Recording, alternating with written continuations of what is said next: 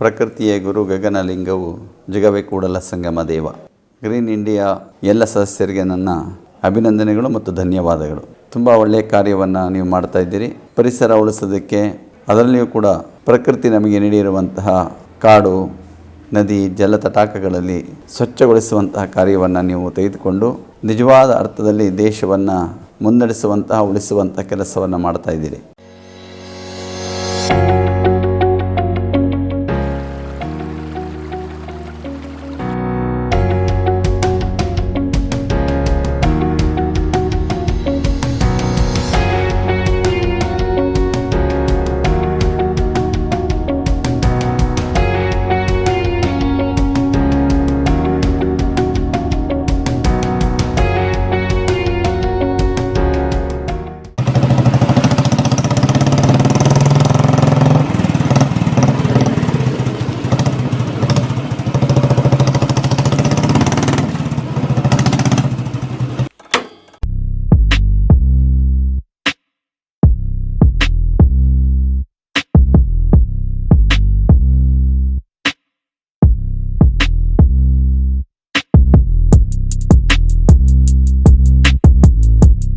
Oh no!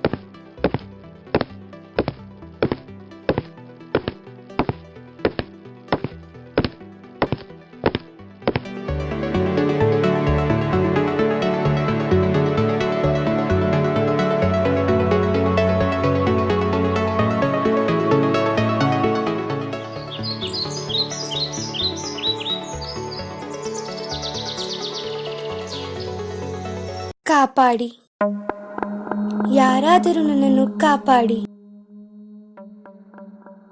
ಯಾರದು? ಯಾರಲ್ಲಿ ಕೂತಿರೋದು? ಯಾರದು? ಯಾಕೆ ಇಲ್ಲಿ ಕೂತಿದ್ದೀರಾ ಈ ಕಸದ ರಾಶಿಯಲ್ಲಿ? ಬಾ ಮಗು ಬಾ, ನಾನು ನಿಮ್ಮ ಪರಿಸರ. ನಾನು ನಿಮಗೆ ಉಸಿರಾಡಲು ಗಾಳಿಯನ್ನು ಕೊಟ್ಟೆ, ಆದರೆ ನೀವು ನನ್ನ ಉಸಿರನ್ನೇ ನಿಲ್ಲಿಸಿದ್ದೀರಿ. ಗಾಳಿ, ನೀರು, ಬೆಳಕು, ಭೂಮಿ ಎಲ್ಲವನ್ನೂ ಕೊಟ್ಟೆ, ಅದನ್ನು ನೀವು ಅನುಭವಿಸಿದ್ದೀರಿ ಕೂಡ. ದುಡ್ಡಿನ ಆಸೆಗೆ, ವ್ಯಾಮೋಹಕ್ಕೆ, ನಿಮ್ಮ ಮೋಜಿಗೆ ಪರಿಸರವನ್ನು ನಾಶ ಮಾಡಿದ್ದೀರಿ. ಹಸಿವಾದಾಗ ಅನ್ನ, ಹಣ್ಣು, ಮುಡಿಯಲು ಹೂವನ್ನು ಕೊಟ್ಟೆ. ಆದರೆ ನೀವು ನನಗೆ ಕೊಟ್ಟಿದ್ದಾದರೂ ಏನು? ನಿಮಗೆ ಬೇಸರವಾದಾಗ ಬೇಸರ ತೀರಿಸಲು ಪರ್ವತ ಶ್ರೇಣಿ, ನದಿ, ಜಲಪಾತಗಳನ್ನೇ ಕೊಟ್ಟೆ. ಇವೆಲ್ಲವನ್ನೂ ಅನುಭವಿಸಿ ಕೊನೆಗೆ ನೀವು ನನಗೆ ಕೊಟ್ಟಿದ್ದಾದರೂ ಏನು? ಪ್ಲಾಸ್ಟಿಕ್ ಬಾಟಲ್, ಪ್ಲಾಸ್ಟಿಕ್ ಕವರ್, ಕುಡಿದು ಬಿಟ್ಟು ಒಡೆದು ಹೋದ ಬಾಟಲ್ಗಳು, ಎಲ್ಲ ರೀತಿಯಿಂದಲೂ ನನ್ನನ್ನು ಮಲಿನಗೊಳಿಸಿದ್ದೀರಿ.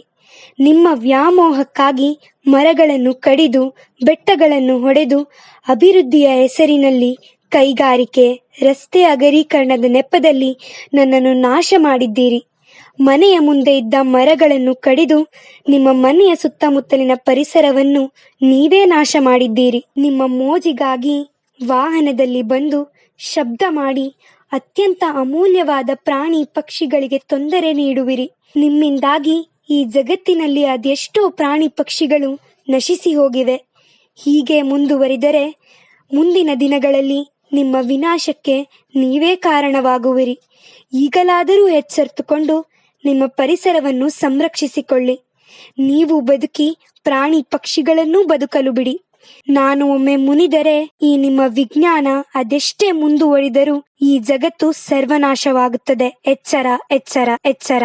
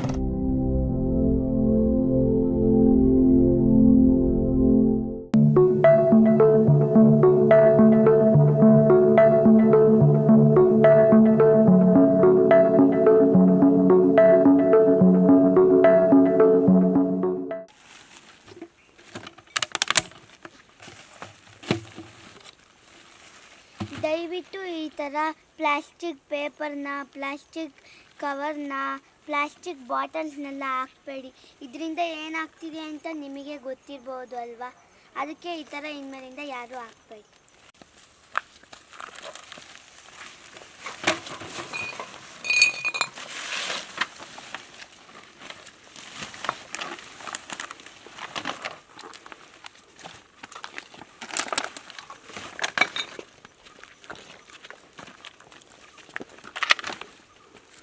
ಪರಿಸರ ರಕ್ಷಣೆ ನಮ್ಮೆಲ್ಲರ ಹೊಣೆ. ಕಾಡು ಬೆಳೆಸಿ, ನಾಡು ಉಳಿಸಿ.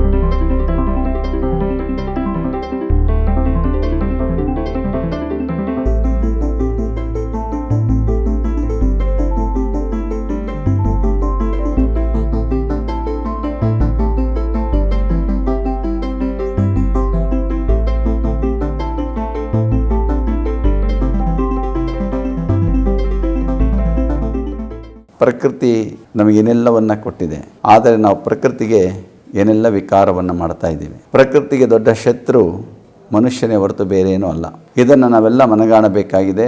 ಪ್ರಕೃತಿ ನಮಗಾಗಿಯೋ ನಮಗೆ ಪ್ರಕೃತಿಗಾಗಿಯೋ ಅನ್ನುವ ಪ್ರಶ್ನೆ ಬಂದರೆ ನಾವು ಪ್ರಕೃತಿಗಾಗಿ ಏನೇನೂ ಅಲ್ಲ, ಆದರೆ ನಮಗೆ ಪ್ರಕೃತಿ ನಮಗಾಗಿ ಏನೆಲ್ಲವೂ ಆಗಿರುವಂಥದ್ದು. ಮನುಷ್ಯನ ಅತ್ಯಗತ್ಯವಾಗಿರುವ ಮೂಲಭೂತವಾಗಿ ಬೇಕಾಗಿರುವ ಗಾಳಿ, ನೀರು, ಬೆಂಕಿ, ಆಹಾರ ಎಲ್ಲವನ್ನ ಕೊಟ್ಟಿರುವಂತಹದ್ದು, ಸಿಗ್ತಾ ಇರುವಂತಹದ್ದು ಪ್ರಕೃತಿಯಿಂದ ಮನುಷ್ಯನಿಗೆ. ಇಂತಹ ಅಮೂಲ್ಯವಾಗಿರುವಂತಹ ರತ್ನಗಳನ್ನು ನಾವು ಬಹಳಷ್ಟು ಅದನ್ನು ಕಲುಷಿತಗೊಳಿಸ್ತಾ ಇದ್ದೀವಿ. ಮುಂದಿನ ಪೀಳಿಗೆ ಬಹುಶಃ ನಮ್ಮನ್ನು ಶಪಿದಷ್ಟು ಬೇರೆ ಯಾರನ್ನೂ ಶಪಿಸುವುದಿಲ್ಲ ಅಂತ ಭಾವಿಸ್ಕೋಬೇಕಾಗ್ತದೆ.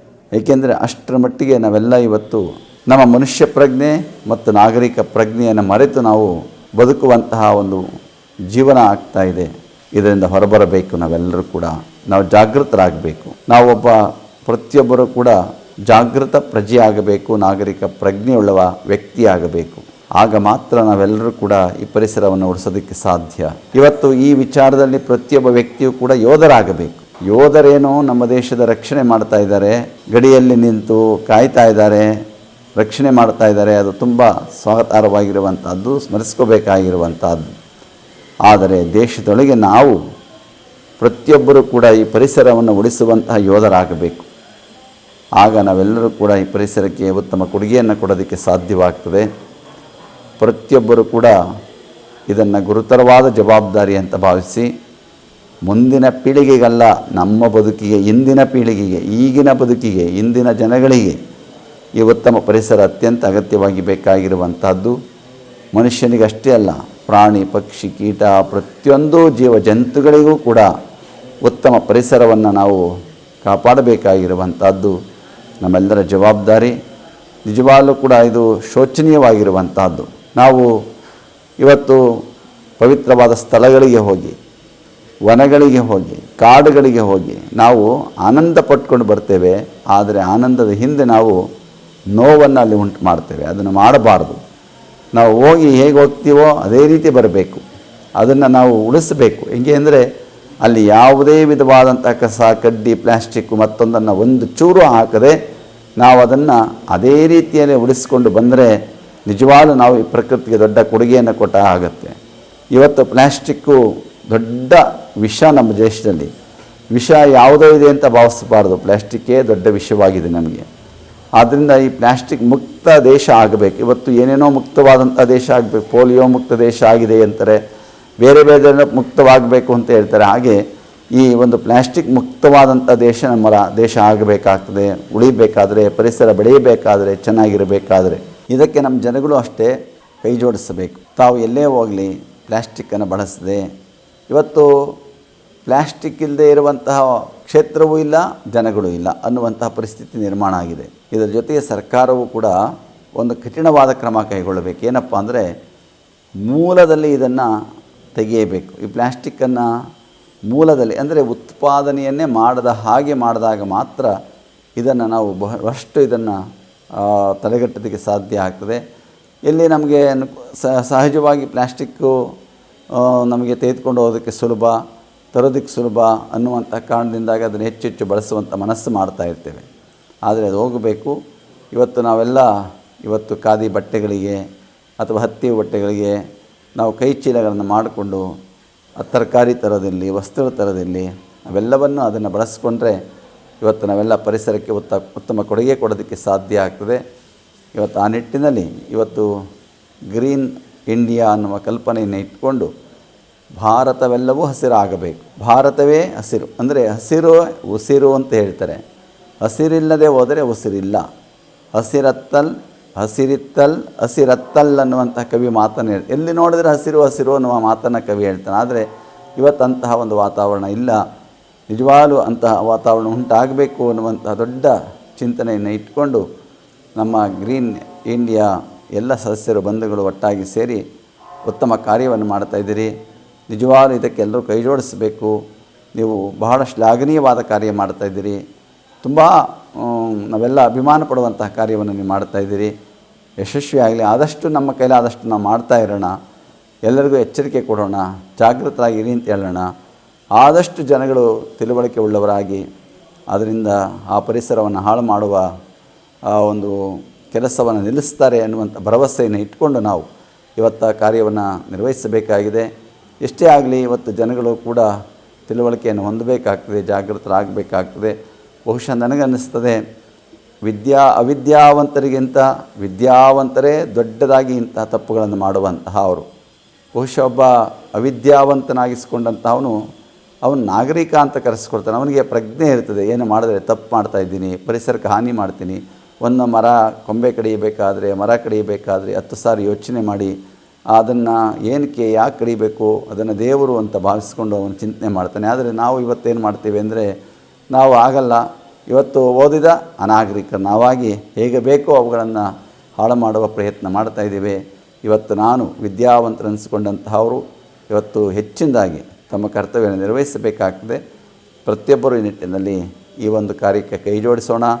ಆದಷ್ಟು ನಮ್ಮ ವ್ಯಾಪ್ತಿಯೊಳಗೆ, ನಾವಿರುವ ಜಾಗದೊಳಗೆ, ನಾವು ಬದುಕ್ತಾ ಇರುವ ವಾತಾವರಣದೊಳಗೆ ಇಂತಹ ಯಾವುದೇ ಪ್ಲಾಸ್ಟಿಕ್ ಎಸೆಯೋದಾಗಲಿ, ಉಗುಳೋದಾಗಲಿ, ಚೆಲ್ಲೋದಾಗಲಿ, ಕಸವನ್ನು ಎಸೆಯೋದಾಗಲಿ ಇವನ್ನು ಮಾಡದೆ ನಮ್ಮ ಪರಿಸರವನ್ನು ನಾವು ಚೆನ್ನಾಗಿಟ್ಕೊಳ್ಳೋಣ, ನಮ್ಮ ಆರೋಗ್ಯವನ್ನು ನಾವು ಚೆನ್ನಾಗಿ ಕಾಪಾಡಿಕೊಳ್ಳೋಣ, ನಮ್ಮ ಪ್ರಕೃತಿಯನ್ನು ನಾವು ಚೆನ್ನಾಗಿಟ್ಕೊಳ್ಳೋಣ ಅಂತ ಹಾರೈಸ್ತೇನೆ.